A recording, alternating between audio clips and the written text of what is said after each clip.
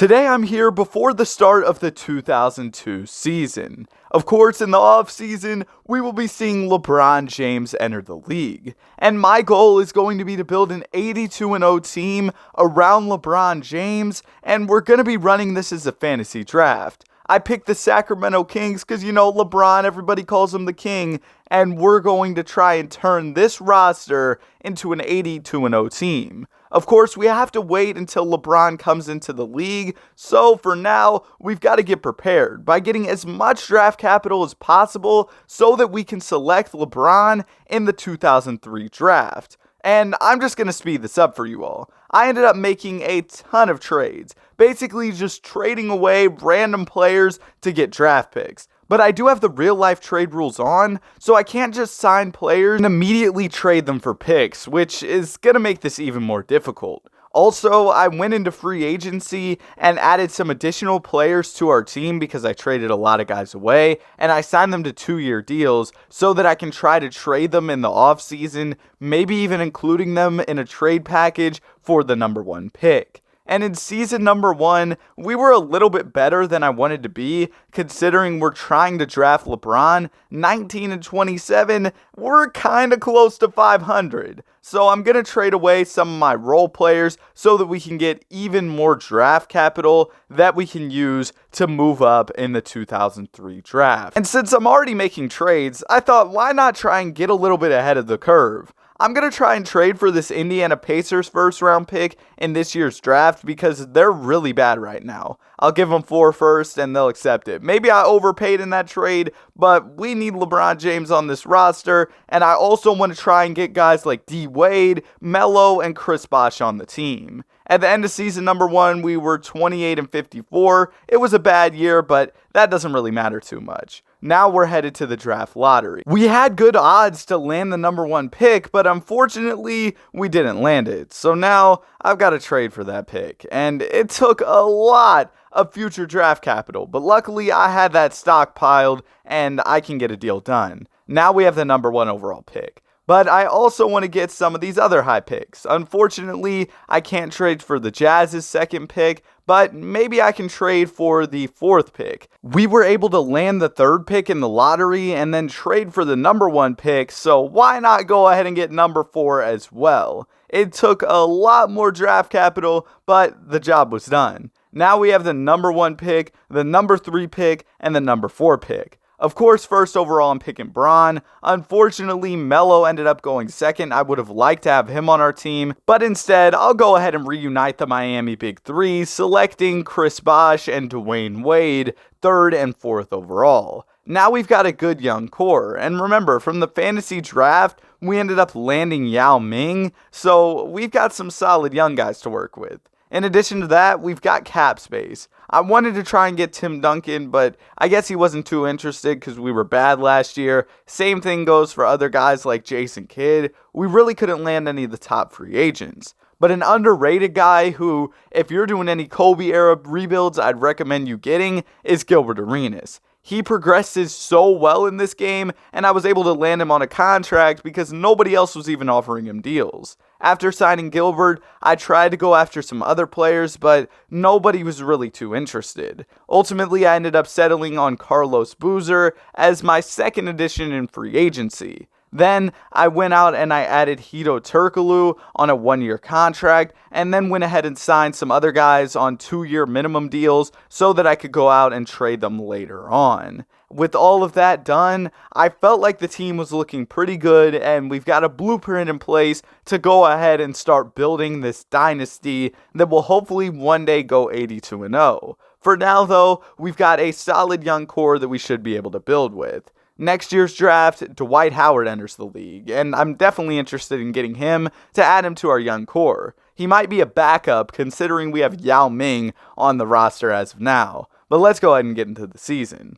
We were actually doing really well around the trade deadline, and I thought I might as well go ahead and try and get some more draft picks. It's not like we were undefeated at the deadline, and that's the ultimate goal of this video. So if I can trade some guys who are on expiring contracts to go out and get more draft picks, might as well do it.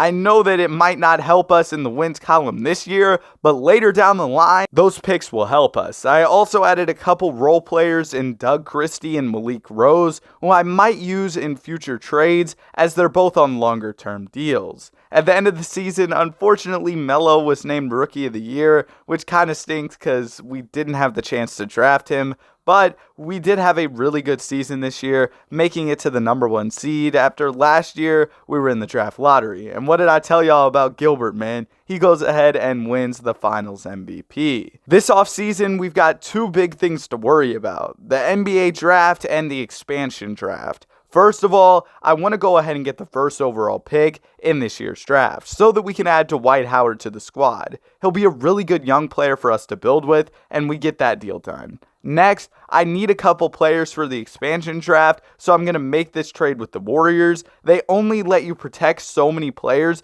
and you have to let a couple guys go, so making that move with the Warriors for additional players was big for us so that we didn't have to let go of any of our key guys. After the expansion draft, I drafted Dwight Howard, and I also went out and added Trevor Ariza at the very end of the first round, even though they were projecting him to go like 5th. In free agency, we didn't have a ton of money, but we were able to bring back Hedo Turkoglu, who we actually traded at the trade deadline. We saw a ton of progression this offseason in player progression, and next offseason we'll have a chance to draft Chris Paul. But for now, let's see how our team does this season. It looked like we might even have a chance at 82-0, but we ended up losing on our 14th game of the season, and ultimately, we finished out the year 75-7. So we're definitely improving. We just need to take a few more steps forward, or maybe a couple more steps than I thought, because the Cavs took us to 7 in the finals. We did go ahead and win the chip, but winning 75 games and then going to 7 in the finals is wild. But anyway, we've got to make some more moves so that we can draft Chris Paul. First of all, I'm going to trade away Brendan Haywood so that we can go ahead and get more draft picks. I made a lot of moves to get draft picks. I didn't include every single one in this video because it would have gotten really boring. This took a long time to record with all the trades that I made, and you all would probably be falling asleep watching me trade some 75 overall for more draft picks. But the bottom line is, we had enough picks to go out and get Chris Paul, and of course, I went ahead and did it. Chris Paul is now on the roster, so we've got a backup point guard behind Gilbert Arenas. Even with such a stacked team, I still had cap space to spend, so I went out and I signed Lamar Odom. Thought he'd be a solid pickup, good young player, and I also went out and signed Joe Johnson. So I was still able to make a couple additions this offseason, even though our team is already looking crazy. And what did I tell y'all about Gilbert Arenas? He's a 94 overall at this point. We finished off the season 73-9, but I think once our players have more time to develop, we could start winning even more games. I mean, keep in mind, we just drafted Chris Paul, we drafted Bron, D. Wade, and Bosh a couple years ago, and we're already winning a ton of championships and a lot of regular season games. But this offseason, there wasn't really a chance to add to our pool of young talent. You see, the draft just really wasn't that good, and I didn't have a ton of interest in trading future draft capital to go out and add like Kyle Lowry. No offense, Kyle. But we did run into a problem this offseason. It looked like Gilbert Arenas was going to leave us for the Denver Nuggets, but I wasn't having that. So I went out and I stole all their first round picks and traded away a bunch of players on my team who were making money so that they didn't have the money to go out and sign Gilbert Arenas. That was a million IQ move, wasn't it? And Gilbert Arenas is now back on our squad. I feel like we absolutely finessed them. And I also went out and added Gerald Wallace to the squad this offseason as well.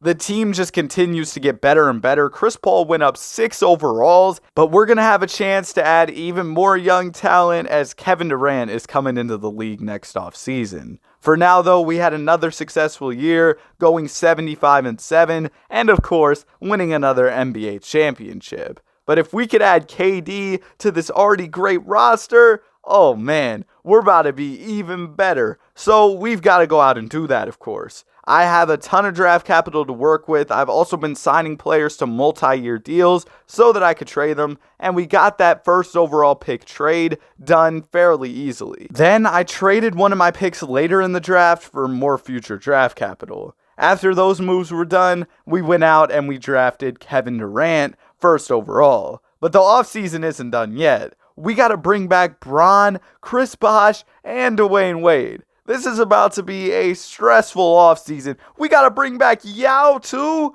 Are we even going to be able to afford all this? Well, we'll go ahead and start with Yao. Then we can match the offers for Bron, D. Wade, and Chris Bosh. If we can somehow slide under the salary cap, that would be incredible.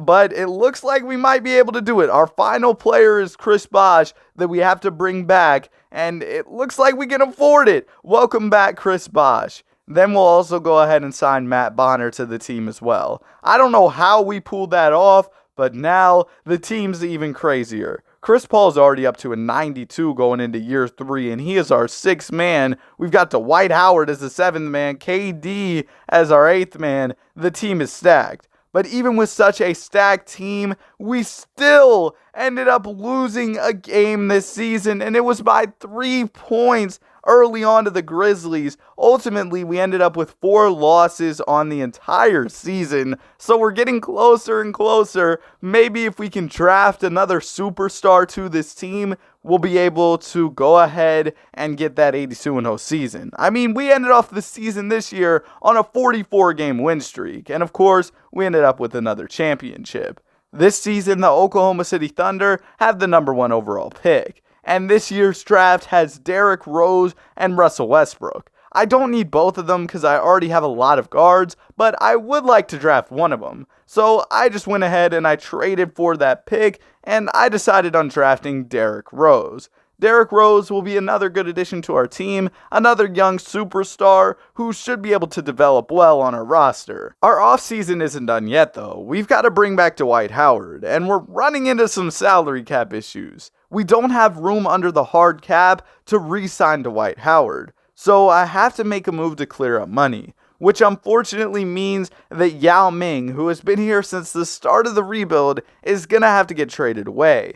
We did add Andrea Bargnani, who did really well in the simulation. I think he was the Rookie of the Year, so hopefully he'll help in our young core. I mean, he did just go up 5 overalls, but I really wanted Dwight back on our team because he's super young, and we just drafted him first overall a couple seasons ago. Unfortunately, even with all of these crazy additions, it was another 78-4 season. We are so close, though. If we would have just won 4 more games, we would have had that 82-0 year. And Dwayne Wade wins the Finals MVP. We win another chip. Whoop-de-doop. Don't care about all that. We got to make more moves to get better. And I see that Steph Curry and James Harden are in this draft. So I'm just going to get the 2nd overall pick. And whoever falls to me at number 2 is who I'm going to end up drafting. I traded a bunch of guys who I think I had signed to like minimum deals and went ahead and got the 2nd pick. I also traded a couple first, and Steph Curry fell to us at 2, so that worked out well. Steph Curry's an 83 overall in his first season. This offseason, we had to bring back Chris Paul, and we were able to do that, so the team's looking even better. But is it going to be enough to go 82-0? Well, we found out the answer on the first game of the season where we lost by a point. Then we lost game 3 by a point as well. Ultimately, we ended off the season 77-5, and it was another disappointing year. So we've got to make even more changes in the offseason. And I'm just going to go ahead and trade away some of my draft picks in this year's draft. I feel like we don't have the money to bring back the players that we draft. We have so many decisions to make in free agency and so many things to do that I don't think we can really afford to bring in new players. As you can see, Bron, Gilbert Arenas, D. Wade, they're all free agents. I was able to bring back Bron and Gilbert, but D. Wade left. And we also ended up having Chris Bosh in free agency as well. I offered him a contract, and I also had to offer Andrea Bargnani. Bro, half the team was in free agency, and unfortunately, that meant that we lost out on Chris Bosh, man. What a disappointing way to lose him. But that's the problem we're starting to run into with such a stacked roster. The team is crazy, man. Even with the loss of Chris Bosh, maybe we could have a chance to go 82-0. I'm running an 8-man rotation this year, and this rotation was doing really well. until the 12th game of the season where we ended up losing. Ultimately, it was another 77-5 year. Bron was the MVP. We're going to simulate the playoffs. And of course, it's another championship. I mean, we've won a ton of championships in a row. I think we've won every single year since LeBron came into the league. And this year, Kawhi and Klay Thompson are in the draft. And we ended up landing the second overall pick in the draft lottery. We've also got some other lottery picks. So I'm going to go ahead and package some of our other picks to go out and get that number 1 overall pick. Now we're picking at 1 and 2, meaning that we can draft Kawhi and Klay Thompson. And we needed some wing players. I know Kyrie was here, but we've already got enough guards, so we're going to draft Klay and Kawhi. We also have to bring back Kevin Durant this offseason, and we were able to do that because I think when players are restricted free agents, they let you go over the hard cap to bring them back. So we got KD back on the team, and with the additions of Kawhi and Klay, we've got a crazy 10-man rotation. Unfortunately, that didn't matter though. We lost in game number 8 of the season, and this was one of our worst seasons in a long time. 71-11 on the year. Are y'all serious? We couldn't even beat the Chicago Bulls 72-10 record. Another championship in the books, I guess, but we're going to go ahead and make even more moves. We've got to save money this offseason, so I'm trading Andrea Bargnani for some picks. We have to do that because we just simply can't afford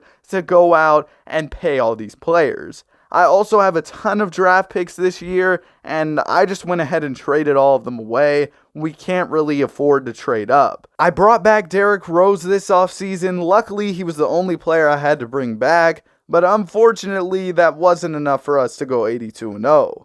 We had a 72-10 season, and I realized with all of the salary cap stuff and everything else, I just couldn't complete the 82-0 challenge this time. I hope y'all enjoyed the video though. Have a great day. Be sure to like and subscribe.